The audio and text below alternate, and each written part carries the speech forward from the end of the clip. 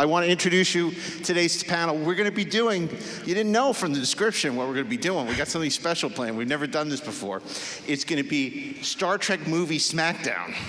So you're going to help us decide the greatest Star Trek movie of all time. And to do that, of course, I have my co-host, the great Darren Doctorman. You know him as the associate producer of the Star Trek The Motion Picture Director's Edition, which just came out on 4K from Paramount, which is awesome. He's also a concept artist for such things as Glass Onion, the new Rian Johnson film, Westworld, and Star Trek Picard. Darren Doctorman.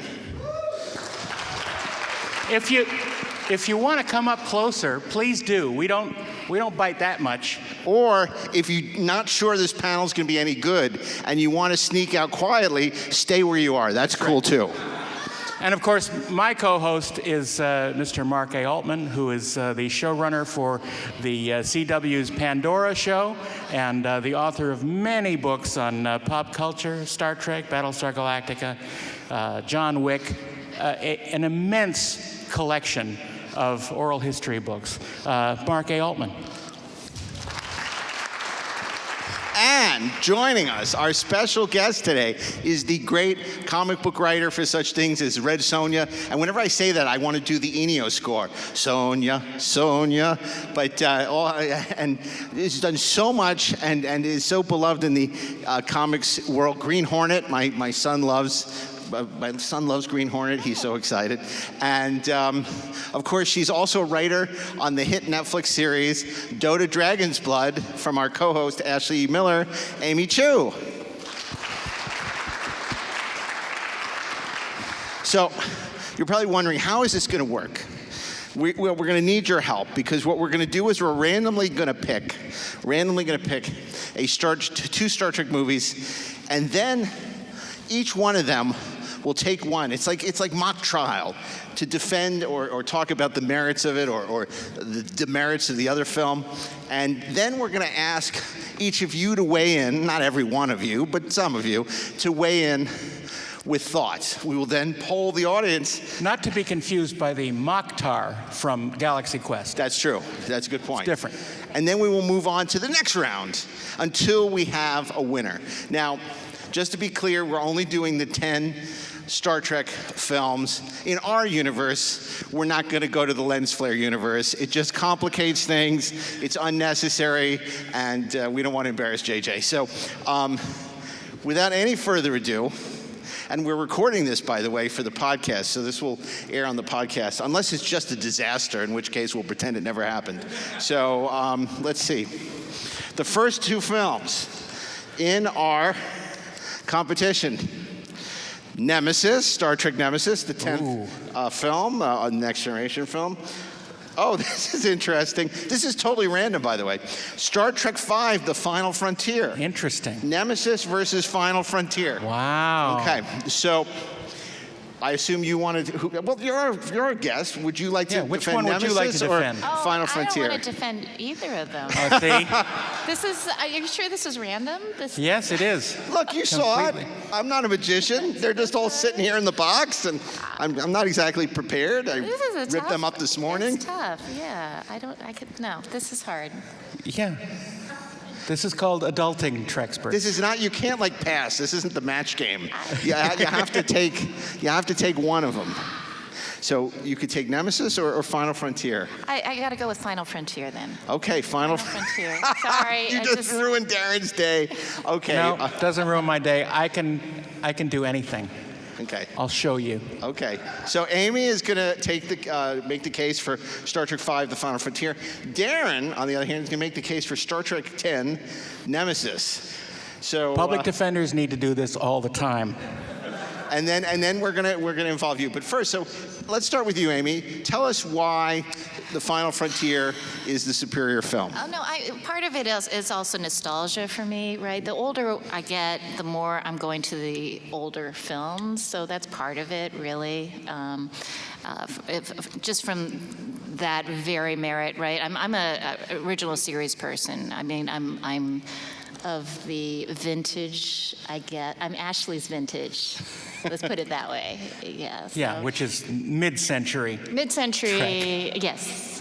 I gave him a Mid-century Amigo modern. phaser as a gift. That's how old I am. Oh, So. well, that's sweet.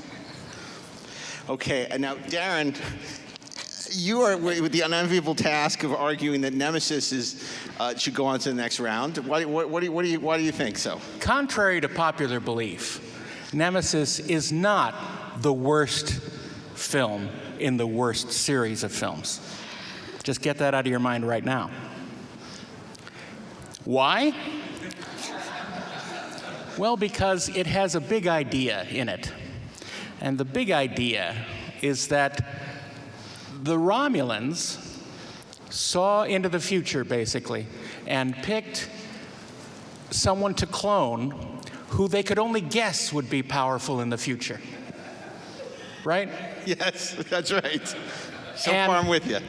And, Tom Hardy, come on, everyone loves Tom Hardy, right? They knew he was going to have a great career.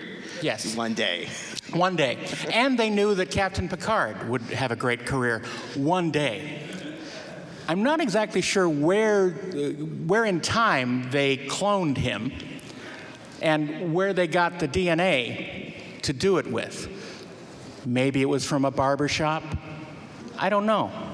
But look, the big idea is that the leader of the Remans is now Captain Picard as a young man, right? So that's a big sci-fi idea. And on paper, it works really good. That's my statement. Wow, that was a ringing endorsement of Nemesis. I rest my case.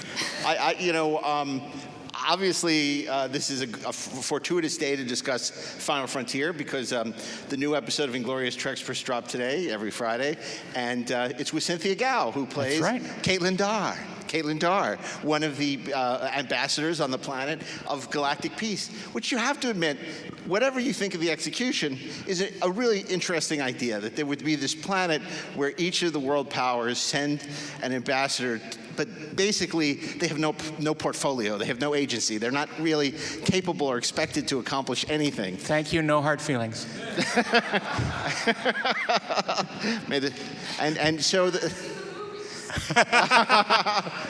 We're getting to some that you've seen, don't worry. So that's an interesting concept, of course. And Nemesis has many interesting concepts, but I'm kind of pressed to think of any right now.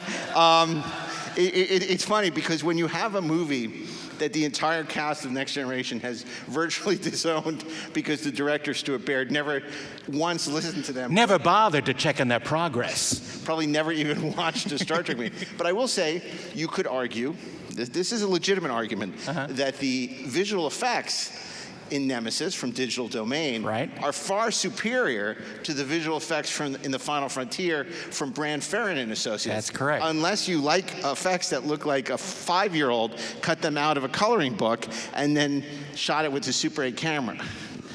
But that's only, I'm really struggling to help you out with this Nemesis thing. So far, I don't need help because my adversary has not given any points in favor of Star Trek V.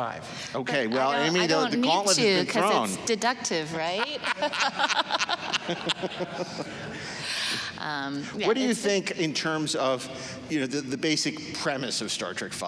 Gene Roddenberry said famously that it was a terrible idea to go and to introduce the character of the villain as God because the audience would know that you never are going to actually Even though one of his God. previous scripts involved the Enterprise finding God. Even though one of his first scripts for a Star Trek movie was the God thing. But you also, Harv Bennett said virtually the same thing. He said, what the TV Guide log line would be this week on Star Trek, the Enterprise goes... Battles up against God and battles wins. God. And but really, But this all leads to one of the great lines in all of Star Trek, not just Star Trek V, but Captain Kirk's, "What does God need with a starship?" Only Captain Kirk could get away with such an insolent query to a being claiming to be God. Could he ask that? Which is a great moment. Even if you hate the rest of the movie, Yeah. it's such a great scene. Now, as we know, Star Trek V also had the disadvantage of coming up after Star Trek IV, which was a huge hit, and largely because it was the fun one, the one with the whales. So there's a lot of comedy that's inserted into But we'll Star Trek talk V. about that later. Yeah, okay. But there's a lot of comedy in Star Trek V that doesn't necessarily work. Now, in Nemesis, there's a lot of things that don't work. There's a lot of things that are funny that weren't intended to be funny. It's hilarious seeing the whole Congress of Romulus destroyed. That's hilarious. No. not Well, really. Are we talking intention or execution? Let's Should we talk get points both. for ambition? Right. let's talk about the concept first, and then let's do execution. So the concept of Star Trek V, there's an intriguing notion there, wouldn't you say, Amy? You went to Harvard. Come on. Wouldn't you say? My God. You're really putting me on the spot. I actually I'm having trouble, partly because I think when did it come out? It was 1989. 89. 89. That was a bad year for me because I was actually at MIT during that time. And so, Oh, And the I'm old sure- I was in MIT. And I I'm don't sure remember no one that else well. at MIT had a chance to watch Star well, Trek. hold on. Does anyone V. go to MIT here? I'm just checking. No? Oh, so I can make up whatever I want. It's actually a problem because, of course, everyone saw it. It's really kind of, if I may go on a tangent. Because, in the campus center, we actually had a comic book store. That's the kind of school we went to. So, but 1989 was a very tough year for me. I'm going off on a tangent. Anyway. No, that's good. Yeah. That's relevant. 1989, Star Trek V opened against Indiana Batman. Jones and the Last Crusade. It opened against License to Kill. It opened against, it was a big Batman. It opened against Honey, Tim I Burton Shrunk the Batman. Kids. Huge Ghostbusters 2. It was a very tough year for me because I was dating this guy from Harvard, and he had to ask what the prime directive was. So this is a Oh, Harvard yeah. versus MIT thing. I actually married him, by the way. He thought the dial-up was a trash can. That's the world he comes from. You But- come here with your skulls filled with mush, and you leave not knowing what the prime directive is. It's so funny when you said that he asked you about what the prime directive is. I thought you were going to go the other way. I thought you were breaking up. I didn't think you were going to marry him. I'm a little surprised. Yeah, I should have broke up with him, but I had 2 kids with him, and they like Star Trek, by the way. Oh, that's good. Yeah, so. So it's a happy ending. Right. Yes. So, what was the question again? Okay, So how about when we were Star Trek talking- V? Oh, Nemesis so- is Star Trek V. So what I'd like to know is, you the Enterprise, you're a crew member over here. You have something to say? Well, we'd love to hear it. If you want to use the microphone, so those people in the back can hear you. Well, hello. Hello. So my point is for Nemesis. Uh-huh. So I didn't like the fact that Data died at the end, but to your point, I liked that the fact there was like the villain and the hero. It was kind of like a personal Right. struggle because it This was like time it's two personal. versions of Picard, battling himself, maybe like his, in a sense, his evil side versus his hero side. Right. So it's this personal struggle there. So that's a point in your favor. There you go. Thank you. So there you go, an argument on behalf of Genesis. Although you could argue in Star Trek V that William Shatner fighting against God was him Right. fighting against his evil We side. could ask him. He was in Because the as we all green know- room. Should we go ask him? He was in the green room. What? He was in the green room. I kind of felt like I should go over, but I didn't. You didn't? I did not. I Oh, did Bill's not. great. Yeah. No, I feel like it was a little. It wasn't a clone. It probably would have been better if Next Generation hadn't just done that episode, in the 7th season where Picard is encountering his clone. But, I guess you can't keep a good clone down. So So do people vote? How does this work? we're going to do a vote in a second, okay. but I want somebody, because it's so unfashionable for people to take the side of Star Trek V. And here we go. Okay.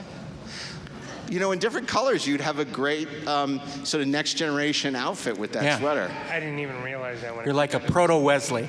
Or sort of halfway to Sandman. I'll take that as a compliment. Brave soul, welcome. He has that look, though, of remember when Wesley in Hyde and Q, where he turns him into the adult Wesley? Right, right. Kind of has Awesome. that adult Wesley look going on. All right. Okay, go ahead. So basically, I also have nostalgia value for Star Trek V because it was the first Star Trek movie I ever saw. And the strength of the relationship between Kirk, Spock, and McCoy in that movie, which is the core of original series as a whole, was strong enough in that movie to get me interested to look at Star Trek as a whole and to become a fan of it. So I owe my fandom of Star Trek to Star Trek V. See, Well a great said. point. Well said. that is such a great point that he just made. Where were you, Amy? That was such a great point that he made. That regardless, forget the terrible effects, forget some of the dumb dialogue, the stupid comedy. At the heart of Star Trek V is this amazing relationship between Kirk, Spock, and McCoy. And it was enough for him to see past everything that didn't work to say, this is a franchise that I want to invest my time in. I care about these characters. And isn't that why we watch Star Trek, for the characters? Because we've all seen great episodes, we've seen terrible episodes, we've all seen Masks, we stuck with Next Generation anyway, we saw Move Along Home, we stuck with Deep Space Nine anyway. So, But to give one last sort of vote for Nemesis, it was the last time we actually saw the Next Generation crew together and working together and living their lives up until next season of Picard. But we'll see what happens there. But it's sort of their last hurrah, certainly on the big screen. okay, so closing statements before we put it to a vote here in the council chambers of Babel. Amy? I have, my closing statement is I'm still married to my husband, and again, it's for nostalgia. It locked it. It was the one after number 4, which I absolutely adored. So I know we're not talking about that. Yeah, I'm sorry, that's my closing statement. Okay, and then Darren, 1989 was a tough year, but it was a good year. There you go. if you would be so kind.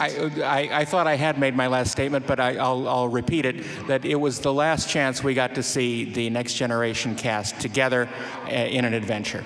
I'm sorry, because I didn't hear your closing statement because it was being drowned out by the Imagine Dragons next door. So I couldn't hear anything. I think they heard me, didn't you?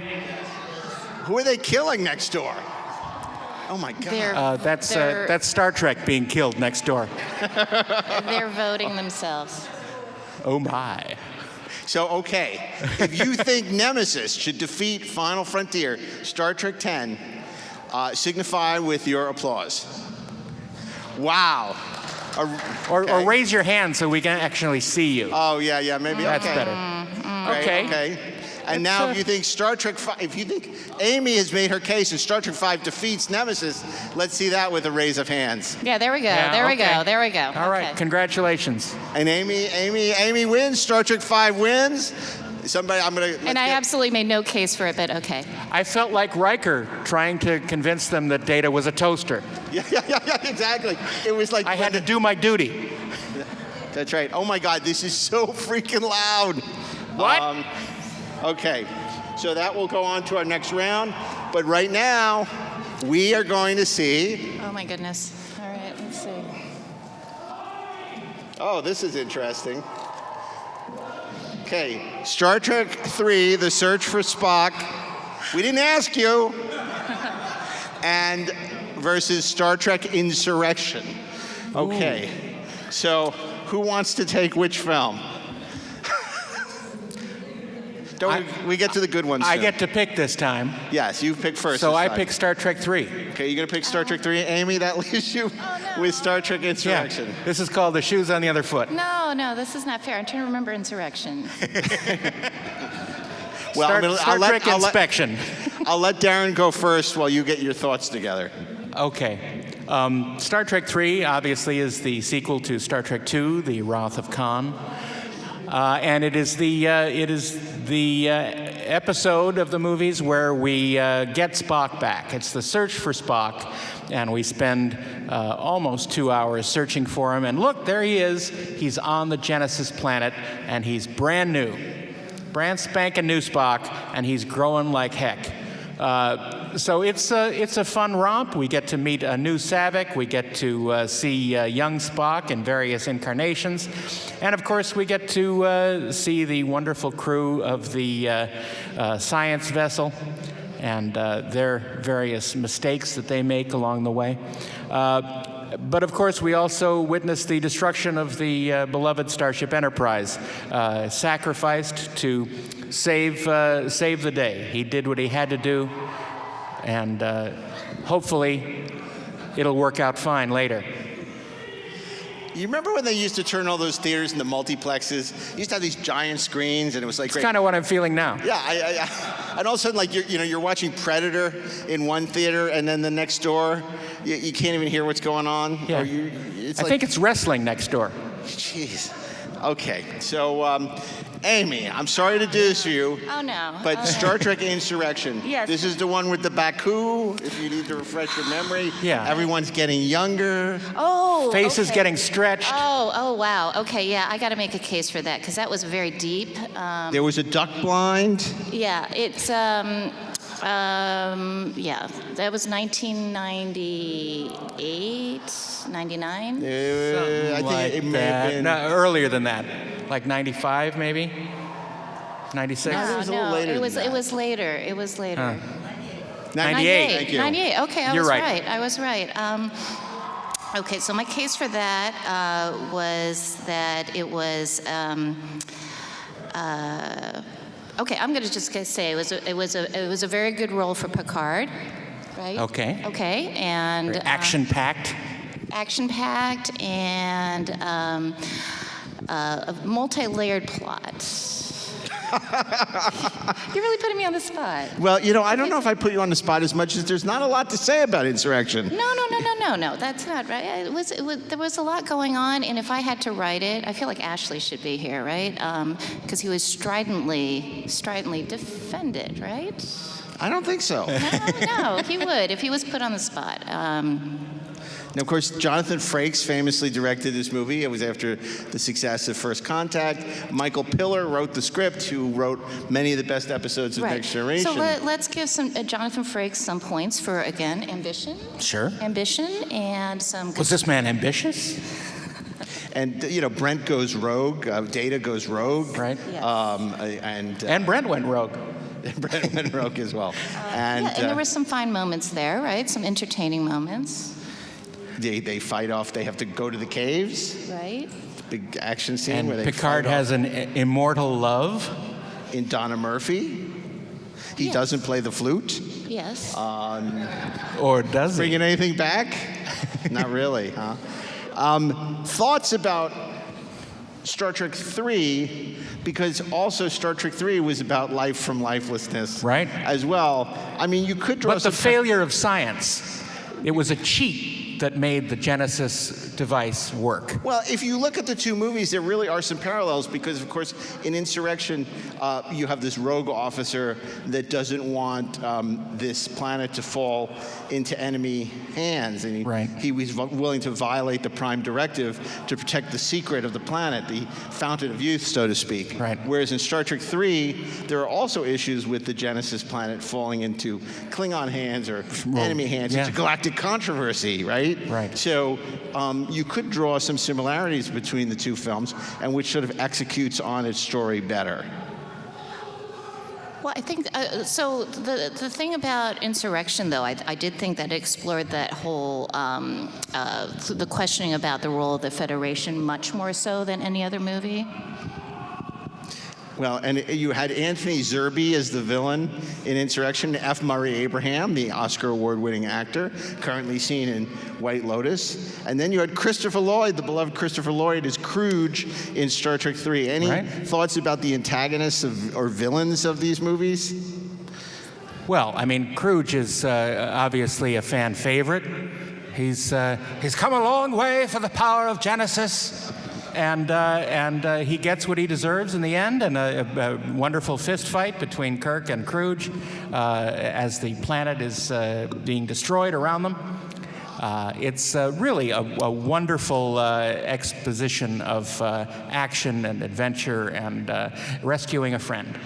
I feel like I need more help from the audience here for insurrection. Somebody must. Well, you know, of course, Star Trek 3, famously, they had wanted to shoot the Genesis planet in Hawaii. They didn't have the money, so instead they shot it on Stage 18, and it looks like it was shot on Stage 18. Genesis went all the way out to Palmdale, California, Insurrection, to shoot the Edo, the Baku village. Right. So they went on location. Okay. I'm just trying to help you out there. I know. Thank you. Any thoughts about Insurrection? Fans of Insurrection? Anyone? You got nothing. I'm having. Bueller? I'm having. Somebody must. We're going to have to go grab Jonathan Frakes, but even he's not a fan of Insurrection. Yeah, true. So what about Star Trek 3? We know there's a lot of Star Trek 3 love out there. Anybody want to say something about bringing back Spock? Certainly Leonard's first directorial debut. Nope. Okay. Wow. They're all waiting for Khan. So so we're going to put it to a vote. Unless final closing statements on behalf of Insurrection. I can't. You got nothing. Yes, you can. Yes, you can. I know you can. I'm trying. I have faith in you. Darren, you want to make your closing statements on behalf of Star Trek 3, which is ironic because we did a whole episode on why Star Trek 3 is overrated. Star Trek 3, though overrated, is a wonderful visit with our favorite crew and regaining our favorite character of Mr. Spock. Okay. Wow, compelling arguments for both films. So if you think Insurrection should go on to the next round, let's see it with Okay. Okay, interesting. We got a few Insurrection fans out there. Now, if Star Trek 3 is your preference, See, it's okay. a rout. It's a rout. No reflection on your arguments. We know you went to Harvard and MIT. Has nothing to do with It was almost proportional to the amount of Baku on the planet, to the size of the planet, who were supporting insurrection. So. Okay. Oh, this is interesting. This is Oh, interesting. no. This is gonna be tough. This is Star Trek II: The Wrath of Khan versus the one with the whales, The Voyage Home. Ooh. Now, there's a little expression called Sophie's Choice, but if you really know what Sophie's Choice is, it's probably not a great idea to compare deciding what Star Trek film is better to Sophie's Choice. Okay, so Khan and Voyage Home. Who wants to take which? I want to take Voyage Home. You got it. Voyage Home, I'll take Khan. and you'll take Khan. Okay, so who wants to go first? Amy, should I let Amy Darren goes? go first? Oh, go ahead.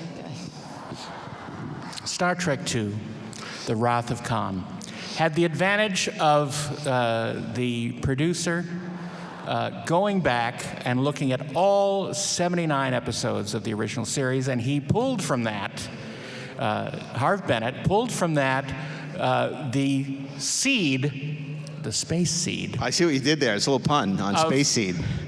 of an idea as what would Khan be doing today if we met him again in the movie universe. And it wasn't pretty. And thankfully, Nick Meyer was able to take cherry pick from the 6 available scripts for Star Trek II and put together in 11 days an amazing script dealing with growing older, dealing with your past failures, dealing with loss, dealing with death, and it made a really compelling story, and of course the marvelous performance of Ricardo Montalban as Khan, and it's really a high water mark in the Star Trek movie series. Okay, Amy, tell us why Voyage Home is superior to Wrath of Khan in your. Sure. I mean, of course, Wrath of Khan was a good film, but let's talk about what's aged well, what has an environmental message that resonates in particular now, and whales. Right. The tone of the movie, the overall resonance, superior film. The banter of the crew when they get right. It's the fish out of water. In the okay, so we'll ignore Spock in the robe, but other than that, right? Overall, I feel like it was a superior film in multiple ways. One of the films I would rewatch, and yeah, that's. Okay, well, I want So to you ask would you. rewatch it. I would rewatch it. Okay, absolutely, good. Yeah. I want to ask you, one of the triumphs, according to Leonard Nimoy and a lot of other people for Star Trek IV, is that it's a film without a villain. If anything, humanity's the villain for killing the whales, Yes. right? Whereas Star Trek II has a traditional black hat villain in Khan, which we all love. But so, is it more impressive to create a film in which there's no villain and still create drama and suspense? Yes, I'm asking you, yes. as a writer, than a film in which obviously there is an antagonist, who wants revenge. I mean, it's the classic Moby Dick story. There is absolutely more challenge in crafting a story like that that still works, right? It's much easier to create a villain, as we all know, right? Whether or not that villain is brilliantly played by Ricardo Montalban, but overall to craft a story without that kind of thing, and also just to make it believable is a lot harder, right? Yeah. So, and then of course, you have this whale probe that's, coming to Earth that speaks this weird dialect that Dawn Steele wanted to subtitle, which thank Right. God they won Yes, that battle. right. The premise itself, right, is really interesting. It's a very interesting and a Right. very true sci-fi premise. And isn't it true? It really is. The message is at the heart of what Star Trek does well. See, you're helping me out here. Yes. I'm trying to. Yes. And I agree with Darren, but I'm trying to help you out. So it's an allegory. It's a metaphor. It's a green message long before climate change and green messages were sort of in vogue. When you look at it, this was 87. Yep. And it was basically saying if we let this go on and destroy the ecosystem, that it can have severe repercussions. And maybe, if VJ can't construct a solar sail, he's not going to be able to save his ship. Okay, I'm getting off on a tangent there. But it's a remarkable story. And of course, Nick Meyer wrote all this wonderful.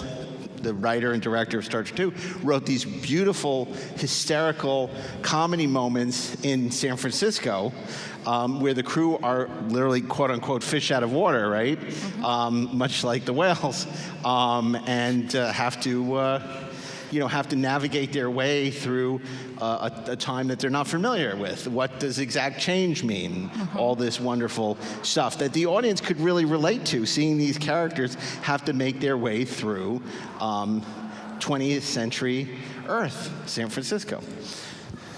And I think there's some comfort too in actually seeing, in entertainment value, in actually seeing Star Trek in our world, right? That you can only really do that not too often. Yeah. And of course, Star Trek, the original Star Trek, did so many great time travel episodes, whether it be City on the Edge of Forever, Tomorrow is Yesterday, Assignment Earth. So this continued a great tradition of sort of Star Trek time travel episodes. Okay, Darren, now you are tasked, and we shall have him, with the defending Star Trek II and making an argument why Star Trek II is the greatest Star Trek movie of all time. Tell us why. Because it was able to distill the things that made the original series so well done, and it was able to cull from that a great story, a great moving on of the characters, a great recap of what they had done in the past and the effect on their future that it had. And it's really a wonderful orchestration of the power of cinema to expand the world that we previously had only seen on television. Okay. Now, I'm sure some of you have some thoughts about this. A lot more, it's not insurrection. It's not. So, Star Trek IV. Help Amy out. What is it about Star Trek IV that you feel is so special that should defeat Khan? Come on up to the mic so everyone can hear you, especially with this loud noise next door. It's like whale song. And It both of you is. must fight to the death for the Okay. microphone. So help me out here. So Star Trek II brought in Eric Isaacman. Ike Eisenman. Ike Escape Eisenman, yes. from Witch Mountain. That's right. That did it for me. Didn't work for you. No, it did it for me. It did it for you? Yes. Because you're a big Escape from Witch Mountain fan. And you're like, Ike Of course, I was a Eisenman. kid. I loved it. Yeah. And did you And he like stayed at his post. when the other cadets ran? He stayed at his post while the trainees ran. Yeah. Which wasn't a really good idea, apparently, but still. But he he's was there. awesome. That's Like, right. He wasn't Escape from Witch Mountain. And he had a great death scene. Yeah. The word is given, Admiral. That's right. Do you like when Scotty brings him up to the bridge? Instead of sick bay. Really where sick bay is now? He's So, dying on the yeah, it's tough. It was He was his nephew. So- If you read the novelization or the director's cut, it's pretty sad. So your whole argument hinges on the fact that Peter Preston was an exciting addition to the Star Trek crew, and this is why Star Trek II is a great movie. Sure. Okay. Say so. We'll All go right. with that. We'll go with that. So Peter Preston, you know, I'm sure somebody's going to write a novel about him one day. Well, it's going to be a show on Paramount Plus. Right. The Peter Preston, a Star Trek adventure of about 15 minutes, and then he dies. and then he dies. Thank you. Any other thoughts? Hey, 15 minutes can still be Yeah. fantastic. There you go. He made quite an impression. Okay, awesome. Thank you. Star Trek 4, like Star Trek 2, with Star Trek 4, they overcame all the obstacles, had a Klingon ship that went back in time, had to get fuel for it. They basically had to rescue Chekhov. It was all about overcoming obstacles and working together to an extent. And there was a lot of humor in that one. Yeah. More so that worked. And they left out the deleted scene where Sulu meets his great-great-grandfather. Well, yeah, Yes, yeah, that's yeah, right. Okay. Okay, so the argument that he's making, which is a very compelling argument, is that it's about the team working together, coming back in time, overcoming obstacles. It's funny. And then he sort of lost me at the end with the deleted scene where Sulu meets his great-great-great-grandfather. It was in the book. It was in the book and it was filmed, but the actor, the kid they found was so terrible that they cut it out of the movie. Okay, And George blames Shatner for that. Yes. No. Because of course everything. Yeah. So, but that's a good argument. Wouldn't you say? Yes, absolutely. They also Thank kind you. of create a time paradox where he gives him clear aluminum to basically... Right. The time paradox with the transparent aluminum. They're always so worried about Captain Christopher and all creating these time paradoxes, temporal investigations in Deep Space Nine. But we helped this guy invent transparent aluminum. Who cares? Not a problem. But we don't know. It could be a huge problem. Coming to Paramount Plus. Right, on the Peter Preston show. Yeah, exactly. Peter Very Preston good. and the transparent aluminum. Hello. Hello. So I've been a Star Trek follower since 1968 when it first started. So I've got a chance to see all the different phases of Star Trek. Number 4, I love Leonard Nimoy. Sure. Okay, so when he branched out and to become more of a director, he did an excellent job. So I love that. Then we talk about time paradox. So I'm in the middle of Picard, the second season. So don't say. I'm anything. sorry. Yeah, I know. Don't say anything. But just watching that, how even what they were doing in that movie, they're referencing it in Picard now. So it's still timeless information, Yes. like Gary Seven and the slingshot effect to Earth, and then even the bus scene that I just saw last night, where she got up and told the guy to be quiet, as opposed to when Spock had to tell him, you know, with the pinch, he just said, "Okay, I'll sit down, I'll be quiet." I mean, but it was the same scene. It just brought back, you know, the nostalgia of that movie, because I really love that movie.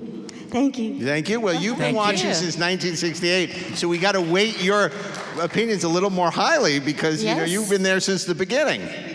That's awesome. Okay, so now that's another really, I think, cogent endorsement of Star Trek 4, which I gotta say I'm a little surprised. I thought there would be a little more Star Trek 2 love. So here he comes to defend Star Trek 2. Captain? Of course. You have the con. In Star Trek II, I like that they're humanizing the crew. I mean, they're putting them where we are. Right. And these are things that we've already figured out, they have to figure out, but they're so very much working their way into our society. Eventually they get there. And then, of course, there's the ecological undertones of everything, of this wrong and you're all dead. And then we have affectionately dubbed it the Space Ho-Ho. See, I That's thought what it you were going to looked like. defend Star Trek 2, but then you went right for Star Trek 4. That sort of ruined my whole plan there. And yeah, and some of the stuff from the book, that was the only time Kirk correctly did the Vulcan neck pinch, I believe, In the novelization. in the novelization. Yeah.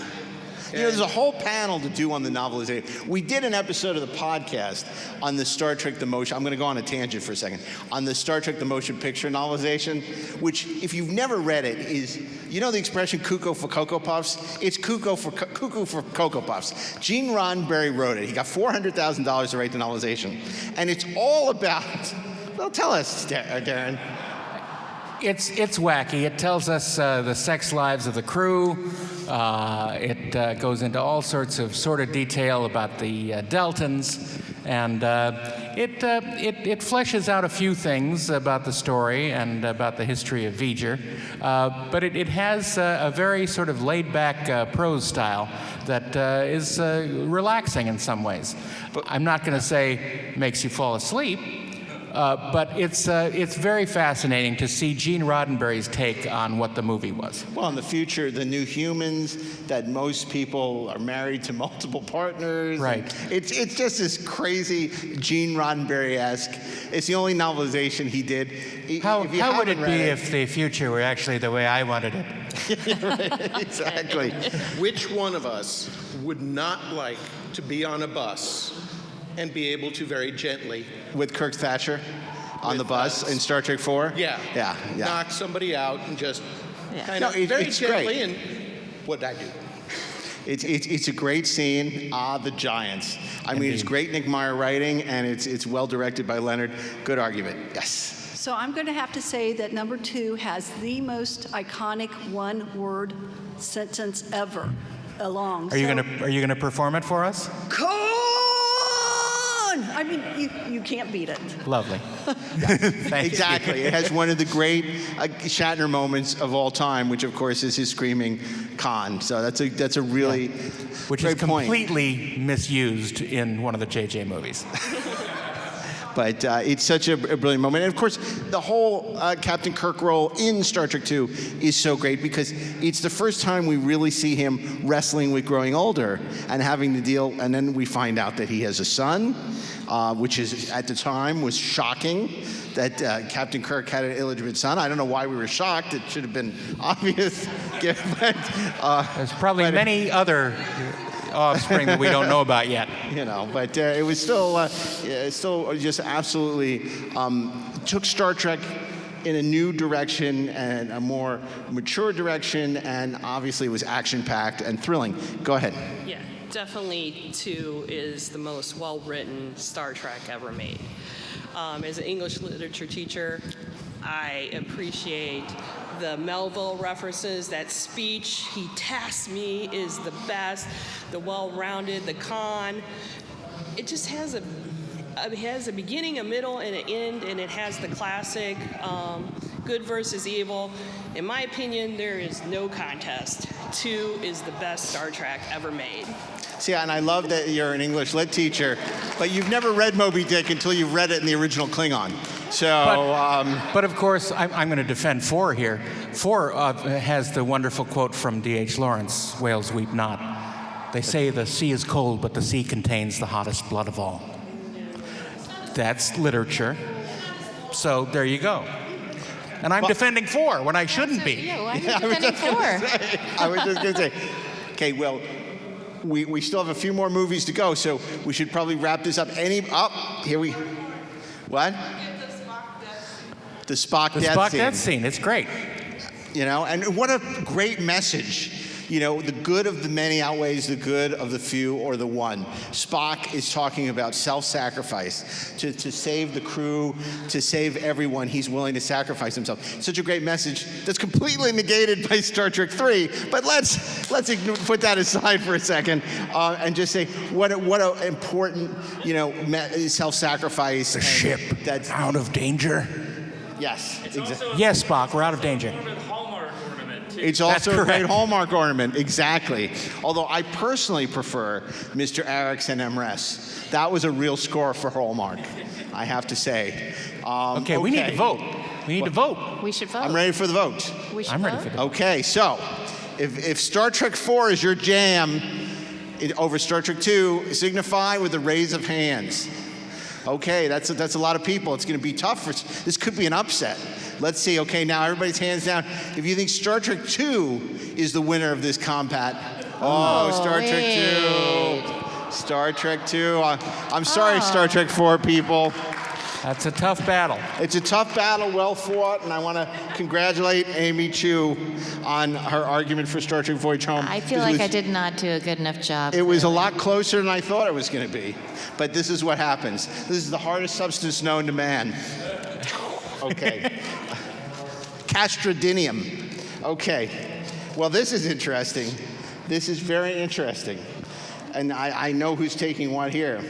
Star Trek the Motion Picture, also known as Star Trek 1, versus First Contact. Ooh. Wow. Okay. I'm not even going to ask. Amy, you're going to take Star Trek the Motion... No. Yeah, you're going to take First Contact. No. No, really? You want to take the motion picture? You can take the motion picture. Okay, Amy's going to take Star Trek the Motion Picture, and Darren's going to take First Contact. I will take First Contact, even though I'm a damn associate producer on Star Trek the Motion Picture. So maybe is how devoted I am to this process. Maybe you should recuse yourself. I can't. Yeah, you should. Okay. I can't. Okay. So, Amy, why don't you start us off and tell us why Star Trek the Motion Picture is superior to First Contact? I just thought the whole premise was fantastic, right? The V'ger story, and also I was always wondering how could she possibly wear an outfit that was so short she could not move in it, really, right? It was just. Sorry, yeah. Anyway, I rest my case there.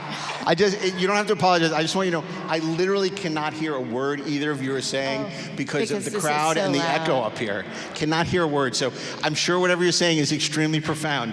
I just don't know what it is. So Darren, you're charged with First Contact. Yeah. First Contact, I think, is the most successful of the Next Generation films, certainly. It has a great premise, a great antagonists in the Borg, and where we first meet the Borg Queen. I'm not exactly sure about the plan of the Borg going back in time to stop Zefram Cochrane, because you'd think if they go back in time, they could go back farther than that and do even more damage to Earth. But this is the situation we're in, and it gives us a great sort of action-studded movie, and Patrick Stewart is given the role that he's always wanted, to turn Picard into a action movie star. John McClane. John McClane. It's like Die Hard on a starship, except different. We have sort of wonderful dual storylines going along with each other. One on the ship where they're battling the Borg hand to hand, and down on Earth where they are trying to help Zefram Cochrane launch the Phoenix and engage in the first warp drive test. And the great thing about it is that both of these stories sort of coalesce toward the end of the movie, and we get a really exciting launch, and it's invigorating when we see our favorite Next Generation cast in the cockpit flying the first warp ship. And it's very exciting, and honestly, the first meeting with the Vulcans landing is very moving, and it's a great moment. And it's all surrounded by action moments, from defeating the Borg and Data dealing with a apparently very horny Borg queen, and good for her. She gets her man, and it's fun. It's a fun romp, and certainly the most fun the Next Generation cast ever had. Yep. Okay. Well, and then one of the things. Let's break it down, because this is tough. Obviously, these are both really terrific films. So you have a Jerry Goldsmith score for both of them. That's right. And they're both wonderful scores. Star Trek: The Motion Picture, First Contact. You have You have guest stars. You have Persis Khambatta in Star Trek: The Motion Picture, Alice Krige and Jamie Cromwell in First Contact. So okay, that's pretty much a draw. Because you also have Stephen Collins in Star Trek: The Motion Picture. So as we look at the different movies in comparison to each other, then of course you have special effects from ILM versus special effects from Doug Trumbull. You have that wonderful battle on the deflector dish. Right, you have people battling on the surface of the deflector dish, and in Star Trek: The Motion Picture, they're standing on the hull. They walk down the hull across the space bridge. Yeah. Okay. So there's surprisingly a lot of crossover between those two films. I wonder what you guys think. I mean, Star Trek: The Motion Picture is a movie. Obviously, on the podcast, those of us who know the podcast, we love it. Clearly, Darren Love has translated into. I like it as a friend. You like it as a friend, yes. And but these are both beloved movies for different reasons. Let's hear what you have to say. Well, this is easy because Star Trek: The Motion Picture is not only the better of these two films, it is one of the greatest science fiction films of all time. So, a few important things to say. Firstly, I was talking to Darren this morning. It's very important to know that the movie that was released in 1979 was an unfinished film. So you do have to see the director's edition to properly judge it. But it deals with the biggest questions that there are. It's about finding where you belong. It's about questioning the nature of existence. It has the best special effects of any of the films. It has, for my money, the greatest film score of all time by Jerry Goldsmith. And it also secured the future of Star Trek, because if that film had failed, none of us would be in this room today. So I have to just extol the virtues of Star Trek: The Motion Picture as the greatest that there ever was. Yeah, that's great. And if I was wearing a hat, I would take my hat off to you, but I'm not. But I will say this. These are all great points he made, that Star Trek: The Motion Picture, regardless of the people that think it's the slow motion picture or all the criticisms that's been leveled over the years, there would not be a Star Trek today if it had not been for Star Trek: The Motion Picture, which was wildly successful at the box office, but was not considered a huge hit only because its budget was so high. But it was one of the top grossing movies of its era. Obviously, it's a beautiful looking movie, has amazing special effects, an incredible score, and it doesn't have the line, "You broke your little ships." So kudos to Star Trek: The Motion Picture. Yes. First of all, I only recently discovered your podcast, and I'm in love with it. And I will tell you, it's interesting being here. That I had avoided the new director's cut of Star Trek: The Motion Picture because of the typical complaints with the original Star Trek: The Motion Picture. Then I listened to your podcast extolling the virtues of it, and I immediately watched it, and it's fantastic. It saved the movie. I actually had my wife watch it. Oh, I'm so glad. There's a little bit of a link, some people think, between these two movies a little bit, because I know there's a video game that dealt with the possibility that the Borg are the result of V'ger, perhaps. And right. I think that was actually Peter David who postulated that in one of his books. Yeah, that's exactly it. But I think the motion picture, especially with the director's cut, is fantastic. But Star Trek First Contact does give us probably the next beautiful starship besides, the refit Enterprise A, which is the Enterprise E, which I think is a fantastic looking model. And I believe they had a physical model for that First Contact movie. Yep. Before they went completely CGI. So, some links there, I think. Cool. And getting back to the earlier point, Star Trek: The Motion Picture was a film that was very influenced by 2001: A Space Odyssey, which also took a long time for people to really appreciate. It was asking the big questions and dealing with our place in the cosmos. Star Trek: The Motion Picture was doing that. Star Trek: First Contact is a much more accessible film, which may make it to many more appealing. But those are all great comments, so thank you for that. I want to get your final statements before we put it to the vote. So, Amy? Yeah, so similarly, I think what's most important in my mind is that it really sealed the deal in terms of really making it from a TV franchise to really a movie franchise, and a legitimate movie, not like Bill and Ted's Excellent Adventure and then we'll go on, right? It really took the concept of Star Trek and made it a universal story. I am going to get on the Borg Queen's case a little bit, even though I enjoy having a antagonist, kind of like the Borg Queen. I thought it was a little bit too much. I mean, making her kind of that insidious. I enjoyed very much the theoretical construct of having, and the reveal to me was very important in the motion picture. The reveal itself was a huge surprise, I think, to everyone. And to do that is very difficult, right? Even in 1979, to pull that kind of thing off, I thought it was just a brilliantly beautiful crafted movie that rightfully takes its place in the pantheon of the best movies. Great. And now Darren's going to talk about the film that does have Steppenwolf's magic carpet ride in it. That's right. But it also has a great reveal in it. I mean, the reveal of the Borg Queen coming down on her tubes and plugged into her body is pretty cool. It's a great reveal there. And look, I think that the whole movie is paced very well. It's certainly, no one fell asleep during this movie. I can tell you that. So I'm bringing out the big guns here, and I'm acting against my own self-interest. But First Contact is very well done. It's I think it's the best of the next generation films, and it's a big contender for the best Star Trek movie ever made. It's so funny. This really is Measure of Man. You're right, because you were, Data is not a life form. Yeah. You should take him apart. That's but, right. Hearing you, make the case for First Contact over Star Trek: The Motion Picture is very, very interesting, because I know how you feel about Star Trek: The Motion Picture. You love it. But I have to do my job. You love it like a brother. Okay, so.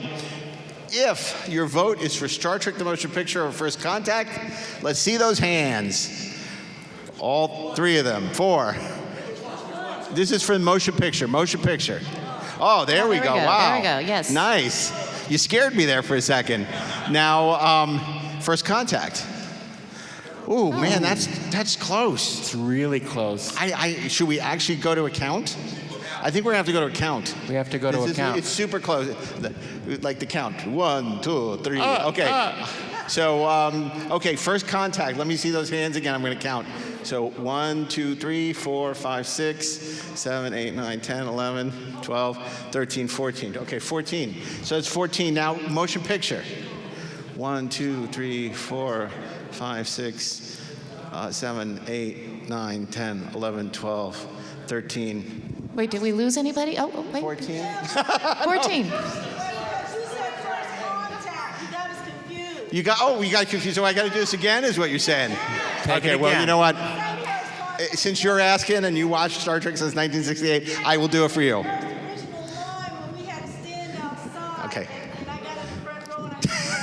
Okay. Okay, we are going to do. Okay, we're going to do this very again. clear. Okay, First Contact. That's the one with the Borg. We're voting on that now. Okay, 1, 2, 3, 4, 5, 6, 7, 8, 9, 10, 11, 12, 13, 14. 14. 14, same as last time. Okay. And now, the other film, Star Trek: The Motion Picture, the one with V'ger, that's what we're voting on now. Picture. 1, 2, 3, 4, 5, 6, 7, 8, 9, 10, 11, 12, 13, 14. Oh my goodness. Wow. Wow, this is more exciting than soccer. Oh, that's not saying much. Wow. Wow, they said that Ohio is a sporting state, and clearly it is. Look at that. I don't even know what to do now. I guess they... No, because that could create the... No. If we can't let this be decided by chance. And it will create the darkest timeline, as we know from watching Let's Community. leave both, Mark. Let's leave both in the competition. Okay, we're going to leave them both. They're both going to advance. Do we get to vote? And then, you'd have to vote for the motion picture, right? I don't have to vote for anything. I can vote my own conscience, and I don't need anyone to tell me what it is. His conscience is clear. Okay, so these are the last two before we go to the next round, and that leaves us with He Was So Very Gentle, Generations, and Star Trek: The Undiscovered Country. Wow. Generations versus Star Trek: The Undiscovered Country. Amy, which one do you want? Generations. Generations. Okay. And that leaves Darren in the, it's so funny, because let me just tell you, for those of you who don't know the podcast, most of us really like Star Trek 6. I think it's a wonderful film. Darren does not. We did an episode a couple of weeks ago where the president of 20th Century Fox, Steve Asbell, took the side of Star Trek 6, and Darren took the opposite, why he doesn't like Star Trek 6. It's a great episode. It's fascinating. To put Darren in the position of defending Star Trek 6 is the height of masochism. So I'm really excited. Data is a toaster. Okay. Okay, so I'm going to start with Amy because I want to draw this out. Tell us why you think Generations is a superior film. Okay, so I mean, it really is just, to me, fan service that you're able to get the intersection of all these characters together, and to have Bill Shatner in, I don't know how many minutes he was in there, but yeah, it's, again, enjoyability. Not terribly deep, I guess. I don't know. Sorry. But well, I think actually William Shatner was riding horses for about 20 minutes, and the rest of the movie about 2 minutes. Okay. So horses. A lot of horses. If you're a horse fan, you're going to like Generations. Darren Doctorman, Star Trek 6. Star Trek 6 is the final adventure of the original series crew in the movies. And it gives everyone in the movie gets something to do. Captain Kirk is, of course, his wonderful self, and we have to deal with a secret plot within the Federation to basically, I don't exactly know what the plot is, because if it's to destroy the Klingons, then it doesn't seem to be very good if they're framing one of their own people. But anyway, Ambassador Gorkon is assassinated, and McCoy is blamed, and Kirk goes along with the blame. But it's obviously action-packed. Sulu comes in at the end to rescue the Enterprise because he wasn't in the rest of the movie because he got promoted. You know, it's action-packed, some great visual effects. We have Worf's grandfather in it. This is not Klingon blood. You know, kaopectate flying in the air everywhere. And it's really, it's an exciting movie. It's well done. We get to see Shatner in some fist fights, and Spock throwing Kirk under the bus is often very exciting to see as well. So it's a great last adventure for the original series crew. Okay, well, I want to ask you, let's break it down a little bit. Both movies have black hat villains, as they call them. So in the case of Generations, you have Malcolm McDowell as Sauron, who must get back to that Nexus. And then you have General Chang, played by the late, great Christopher Plummer, in Star Trek 6. Feelings about sort of the dastardly villains of these films? What was the question? What do you think the superior villain is? Well, you can never go wrong with Malcolm McDowell, right? Maybe you can. I think, you know, I think General Chang is more of a comedic villain because he's spinning around his bridge quoting Shakespeare, but I think he's better than Malcolm McDowell. Well, you know, also Star Trek 6 is about something. It's about the fall of the Berlin Wall, and it's about making peace with your enemies. It has a very Star Trek premise at its heart. Generations, I don't know what it's about. I know it's about Christmas, and his niece, his nephew, beloved nephew from family died in a fire. I know that. But I'm not quite sure what it's about, really. Family and values. Got to get to that launcher. And returning to a space ribbon. Getting back to the Nexus. Oh, so I guess it's about fantasy can be addictive, and you want to live in a virtual world rather than the real world. I don't know. Okay, let's see what you guys think. Anyone want to talk about Generation? Come up to the mic. Come up to the mic. You should have it down by now, you know. Well, I do wanted to say that for Generations, like you said, you have a great scene of two great great actors together, William Shatner and Patrick Stewart, you know, in a scene together, which is fantastic.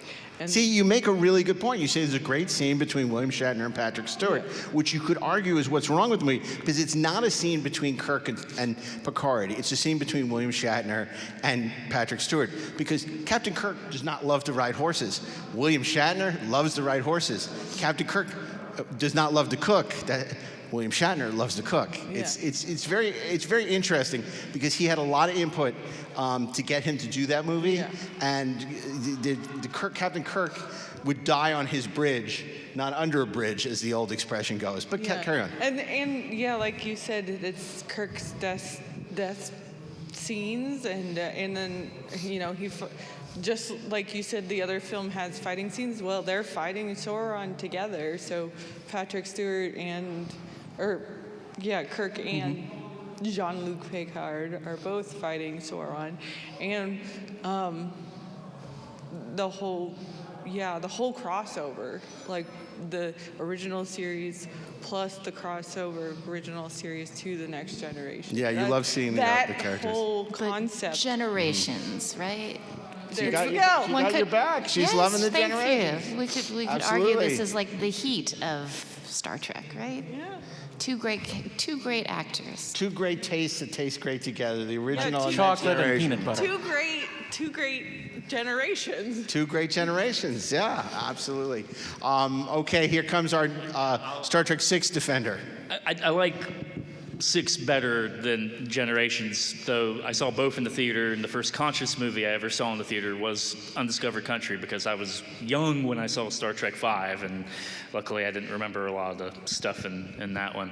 But has anyone watched like the version of Undiscovered Country that's on HBO Max? The director's cut? It's not the director's cut. It's because Nick didn't want to call it the director's cut because he was happy with the theatrical version. But it has the extra scenes. I've seen the director's cut and it's great. This one actually, the one on HBO Max I saw, cuts out like there's no Colonel West in it anymore. Yeah, it's the theatrical version. Is that okay? Yeah, because that threw me by surprise, because when you didn't see Colonel West, and then when you see the Klingon fall out, then there's no you don't get that line. This isn't Klingon blood, because it's all cut out there.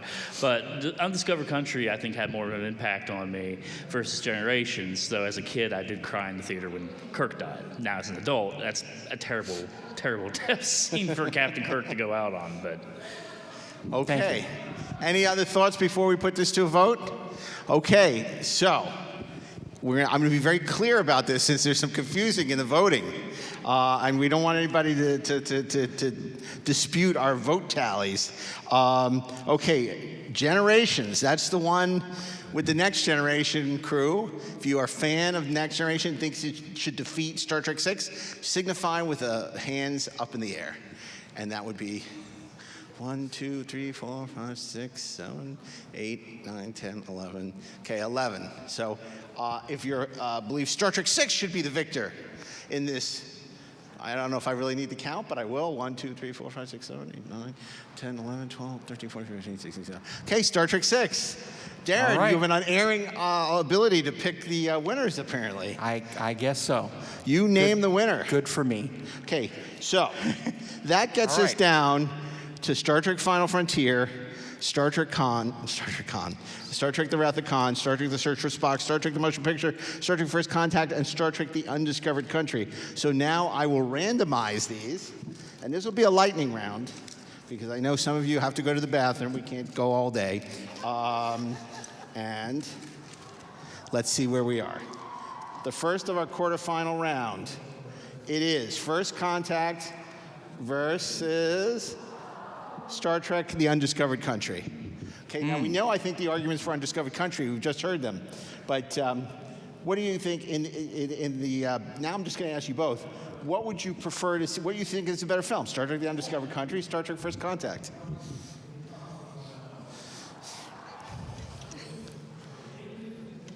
Oh my God, you're dumbfounded.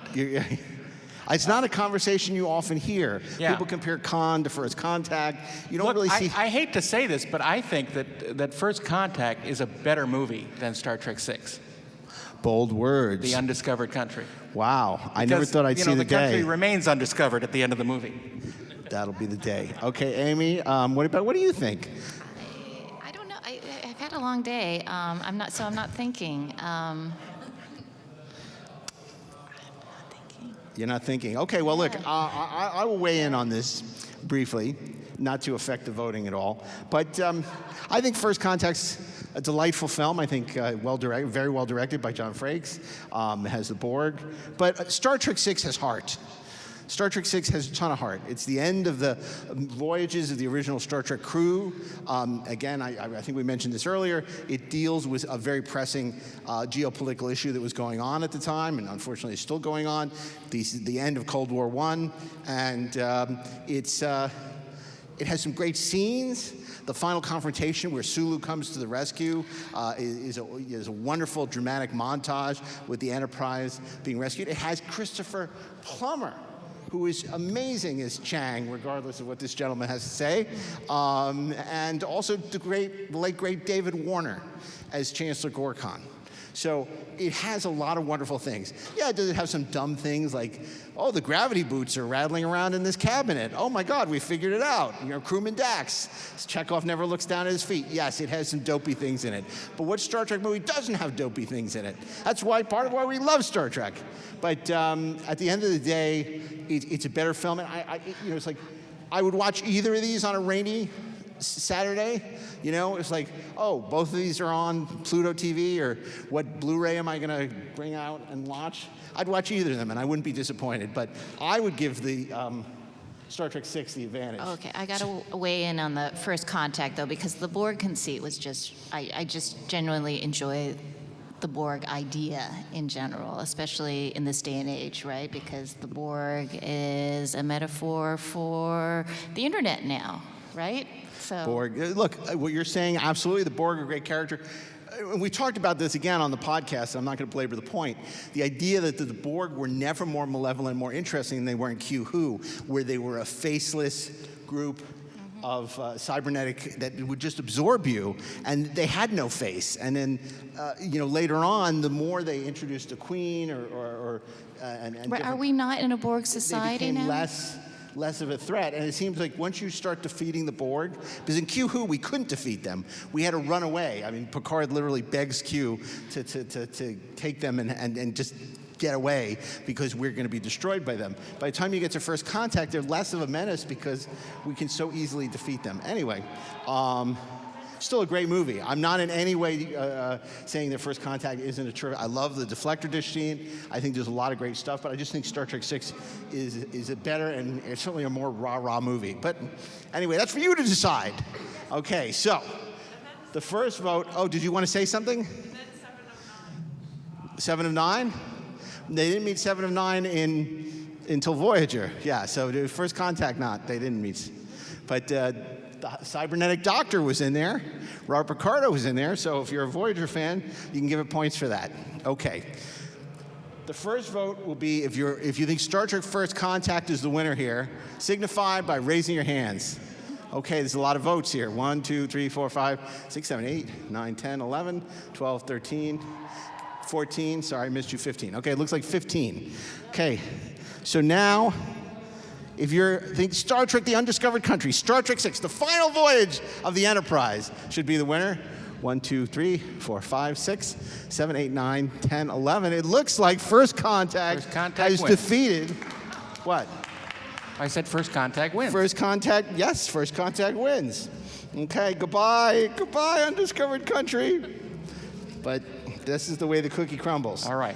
Okay. We have less than 15 minutes left. Oh my God, he's like Balok. Now he's doing giving a countdown. Okay. Yeah. First Contact versus Star Trek the Motion Picture. Didn't we do this already? We did it already. First Contact. I'm not gonna. No. You get 2 more. Oh yes, you're right. Okay. Okay, so you're right. That's not the way it works. That's not the way it happened. Okay, Motion Picture versus Con. Ooh. Motion Picture versus Con. Now this is interesting. Most people would immediately gravitate towards Con, but we have a very enlightened group of people here, and of course, one of the producers of the Star Trek: The Motion Picture Director's Edition. Amy, what do you think? Oh, Motion Picture. Really? Yeah. Tell us why, in a nutshell. Because Darren is sitting right next to me. No, I wouldn't. You can say whatever you'd like. No, I mean, part of it is personal, right? To me, it's also the historic value of being the first movie. And like I said, the general conceit, the actual script itself. Yes, I like Ricardo Montalban, but he really, right? We've seen that kind of thing before. The overblown villain with it's almost a little bit too much for me. So I have to go with Star Trek: The Motion Picture. And I have to finally give my true heartfelt vote to Star Trek: The Motion Picture for those reasons, and the fact that without Star Trek: The Motion Picture, there would be no other Star Trek movies. No Bloody 2, no Bloody 3, no Bloody 4. Right? Not even lens flare, right? I mean, While Star Trek II is an excellent, probably the best episode ever made, it's still not quite as wide as a movie. You know, Star Trek: The Motion Picture is a big, sprawling, It's a epic movie. It's a motion movie. picture. It's in the title. It's Star Trek: The Motion Picture. Okay. It's not Wrath of Khan: The Motion Picture. There. You heard it from them. Does anybody want to weigh in on this before we go to a vote? Anyone want to weigh in? Yes. Yes. Even though when Star Trek the series was first canceled, I already knew I had faith that there was. You had faith in the heart. I'm talking about with William Shatner. I had faith that they were going to bring back Star Trek, the series, after it got canceled the first time. I knew they were going to bring it back on TV. And is, of course, to this day, it's still one of the best series. Just like the movie, even though that movie may have failed, because as I said, I saw the first one and I was sitting down in the front row because it was so crowded. I had to look up like this.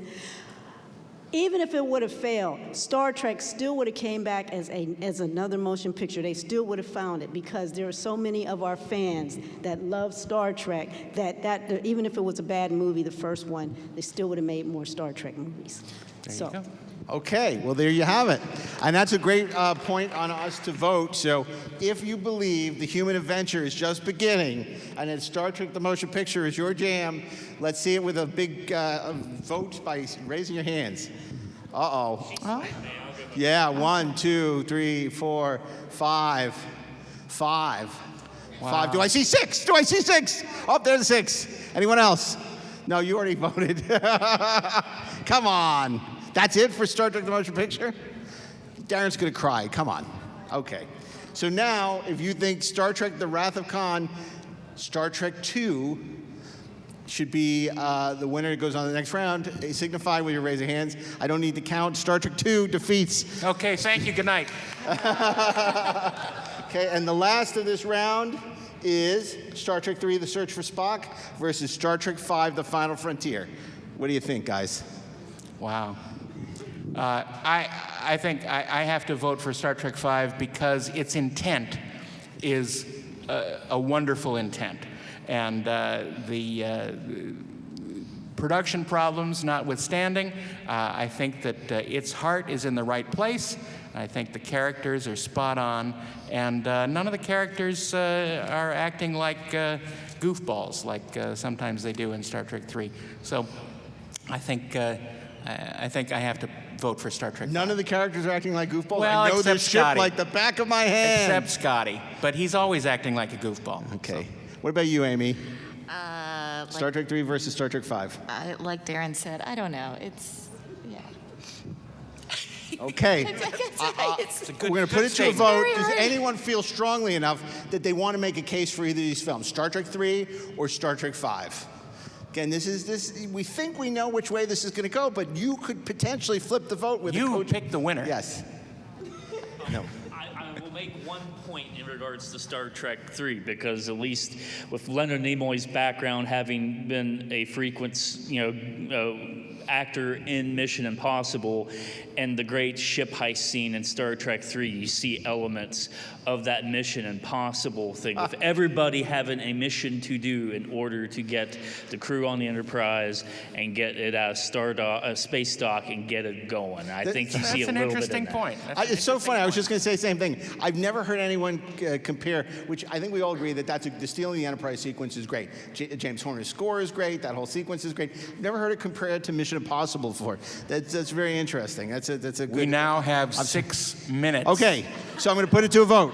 If you think Star Trek: The Search for Spock is the superior Star Trek film, let's see a show of hands.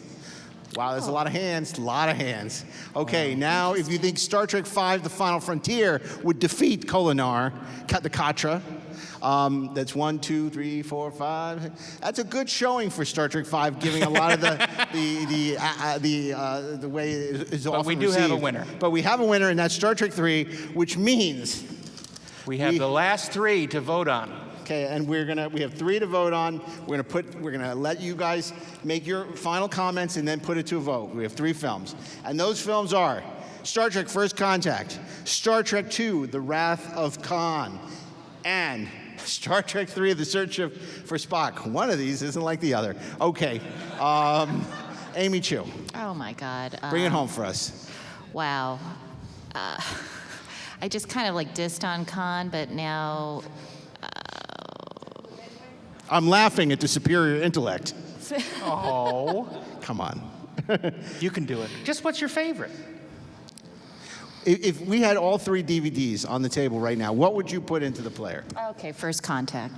Really? Yeah, I would. I mean, when you just said it like that, part of his mood too, right? Yeah. Because a lot of this is really just resurrecting things from the subconscious of what did I actually like, and now I want to revisit First Contact just because there's certain elements I was just like, I want to watch again. Well, that brings up the TV test, which means if you are channel surfing and you come across one of these films, which one are you then going to stay and watch till the end? So you can't change the channel. And it comes down to also, if we're talking about Khan, as we were talking about this, right? It could have been a TV episode, in my opinion, whereas First Contact, I think there was more there that I would have wanted to watch. Okay, great. And Darren, what about you? I have to put my full force behind Star Trek II: The Wrath of Khan, because it is a very good original series crew movie. Bringing Khan back was a mark of genius, and it's really a wonderful tale, and we actually get to see the characters dealing with getting older, and I think it's a wonderful story. And don't forget, it had Ike Eisenman in it. So that's right. That also we have the Eisenman factor. Has the thing. Okay, before we put it to a vote, which we're about to do at this very moment, to determine the winner of the Star Trek SmackDown at GalaxyCon, I want to thank everybody for coming. I want to remind you that Inglorious Treksperts is every Friday, wherever you listen to podcasts. You're welcome to join. See, Amy Chu will be at her booth all weekend. I hope you'll come seek her out. She has her comic book. She's signing. She's doing all kinds of cool stuff. And I will eventually write Star Trek, the comic, at some point. Well, IDW should give you a call because they need you, and badly. And then, of course, you can visit us at our booth. But right after this panel, we're going to talk to David Gerald. I don't know how because I'm exhausted, but we're going to talk to David Gerald. So if you're interested in David's history over in the Star creative Trek, cave. In the creator cave. It's like the Genesis cave, but smaller. And it looks more real. So anyway, I want to thank you. But now, Here's we have the vote. 3. Here comes the vote. You can only vote for one. If you think, Star Trek: The Motion Picture, it's back. No, Star Trek 3, The Search for Spock. If that's your film that you think should win GalaxyCon 2023 Star Trek SmackDown, let us know. What do you think? Star Trek 3, anyone? Anyone? Bueller? Anyone at all. Okay. Anyone at all. Oh. Well, I think Leonard is glad that he's not around anymore. That narrows it down to our 2 final films. Star Trek: First Contact and Star Trek II: The Wrath of Khan. Now to decide a winner. Star Trek: First Contact. Resistance is futile? Let's find out. 1, 2, 3, 4, 5, 6, 7, 8, 9, 10. Okay, 10. Okay. 10 is the loneliest number. Now, no, that's 1. Now you can't vote again if you've already voted. If your pick is Star Trek II: The Wrath of Khan, signify with a raise of hands. 1, 2, 3, 4, 5, 6, 7, 8, 9, 10, 11, 12, 13, 14, 15. The winner is Con! Thank you, everybody. Thank you This was so a lot much. of fun.